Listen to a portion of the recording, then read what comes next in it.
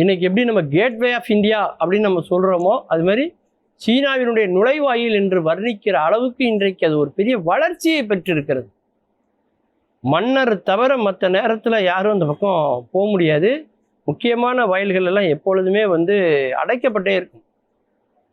அதனுடைய தெற்கு முனை, வடக்கு முனை அந்த பகுதிகளெலாம் பார்த்தீங்கன்னா மிகப்பெரிய வியாபார சந்தைகளாக இன்றைக்கு அது உரு பெற்று இருக்கிறது. சீனாவில் இப்படி ஒரு இடம் இருக்குது அப்படிங்கிறதே உலகத்தின் பார்வைக்கு 1989க்கு பிறகு தான் தெரியுமே. அப்படி நகரினுடைய மையப்பகுதியில் இருக்கக்கூடிய மிக முக்கியமான ஒரு சதுக்கமாக இருப்பது இந்த தியனன்மென் சதுக்கம் அப்படின்னு சொல்கிறாங்க. சீனா அப்படின்னாலே நம்ம எல்லாருக்குமே ஒரு சில படங்கள் காட்டப்படும். ஒவ்வொரு நாட்டுக்கும் ஒரு சில அடையாளங்கள் இருக்கும் இல்லையா? இந்தியானா தாஜ்மஹால், தமிழ்நாடுனா திருவள்ளுவர் சிலை அப்படிங்கிற மாதிரி சீனா அப்படின்னோடனே நமக்கு முதல்ல காட்டப்படக்கூடிய படம் இந்த தியனன்மென் சதுக்கம் தான். அப்பேற்பட்ட வரலாற்று சிறப்பு மிக்க ஒரு இடம்.